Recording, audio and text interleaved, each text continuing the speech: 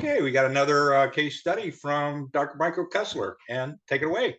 Yeah, so this is episode number 3, and before we get started, we have to give the annual disclaimer real quickly here. All materials presented in this webinar are the property of Dr. Michael Kessler and should not be used or copied without permission of myself. Reproduction of these slides or the information on them or the internet or social media is prohibited unless Mark Hamberdall right here with me wants to use it. He can use it however he wants to use it. The information in this webinar is not intended nor should be used as a substitute for standard medical diagnostics methods. Any recommendations are designed to improve function using nutrition and not treat any specific disease. So with that said, here it is. Here's the team. This is I got Mark Hamberdall here with us, PhD in biomedical engineering and mathematics, and developer of the brain gauge, and associate professor at the University of North Carolina. And that's me on the right there. Let me move that up. And I've been practicing for at least 37 years doing integrative healthcare, and I am one of the developers and educators of the HeartQuest Professional. These two systems just work amazingly together, and we'll show you that in just a second. So combining the best of both worlds, and here we are. This is an interesting case. This is a person who, is kind of a functional alcoholic for a long, long time, right? And also, I would say that this person also probably has attention deficit disorder. When we look at this brain gauge here, without going into too much depth, there are signs when we look at temporal order judgment here, and time percept, and plasticity, and we look at the sequential amplitude discrimination and simultaneous amplitude discrimination. It gives us a clue that this person may have a problem with GABA, which is our calming neurotransmitter. But let's go a little deeper here. Also, when we look at the radar screen, we can see that there's different areas of the brain that aren't functioning as well as they should. That whole thing should be filled in. But let's look at some of the evidence here. This is coming from functional genomics. Bob Miller, who will be at our conference that we'll be talking about, is going to share with you, I think, one of the premier genetic testing technologies out there, softwares.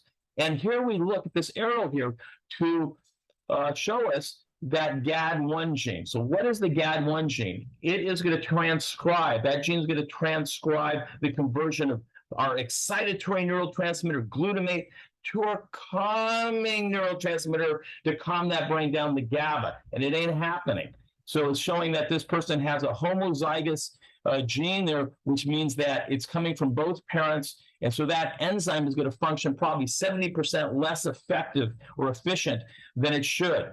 And if you look at this person and you look down here where it says GAD1 and it has variance 2, meaning it's homozygous coming from both parents, in the 45,000 people in this computer, only 7% of the people have that particular gene. Pretty interesting. And if you look at the norm on the bell curve, he's almost falling off at the very end of that as far as looking at the population in this computer. He's an outlier out there. And so no wonder this guy's drinking. Probably because he's got to calm that brain down, right? So that was kind of an interesting case, showing the brain gauge, giving us clues about the deficiency of GABA, and then combining it with the genetics. Pretty cool, huh, Mark? That is really cool. And then here's a couple examples also on the HeartQuest, our new HeartQuest, and this is somebody with a pattern for fatigue, exhaustion, sleeping issues, and possible depression. This is kind of giving us a clue.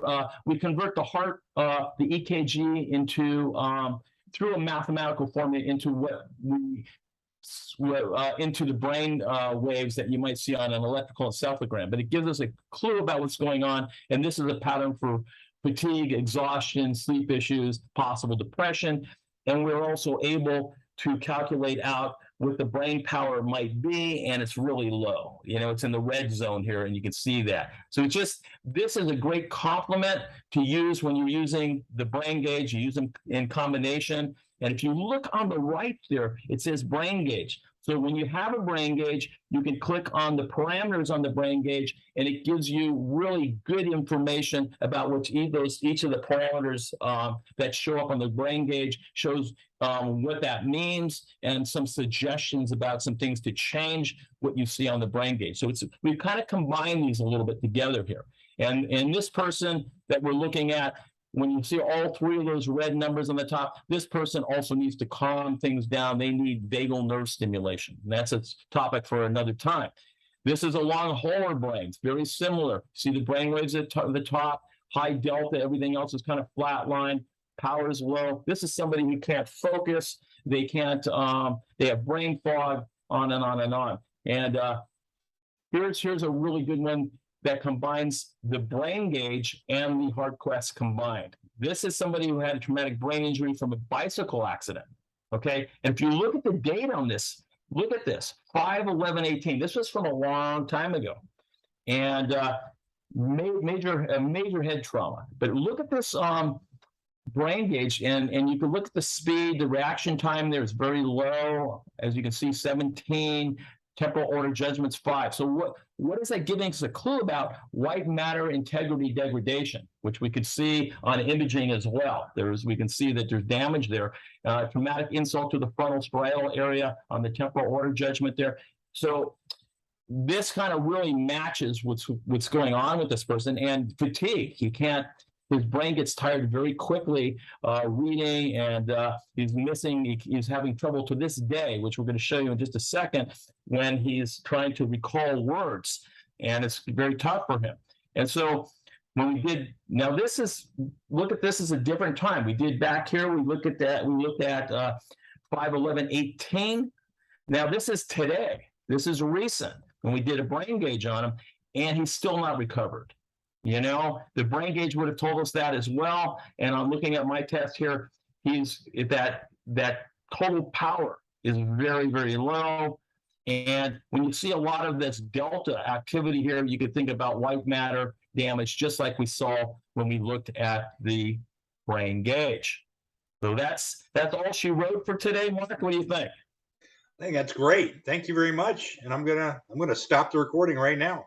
Before you stop, let me just mention that, if you want to purchase a brain gauge, then obviously you're going to talk to Mark. Where can they go to get that? Is that on the site right now? That's on the site. That's on Cortical Metrics website. Cool. And if they want to purchase the HeartQuest, they could call me at that number below, or we'd like to see you at the conference. Both Mark and myself will be at the conference demonstrating these technologies and lots of solutions to fix the brain. Excellent. I'm looking forward to the meeting. That'll be fun. All right. You have a great one. Okay. Thank you. Bye-bye.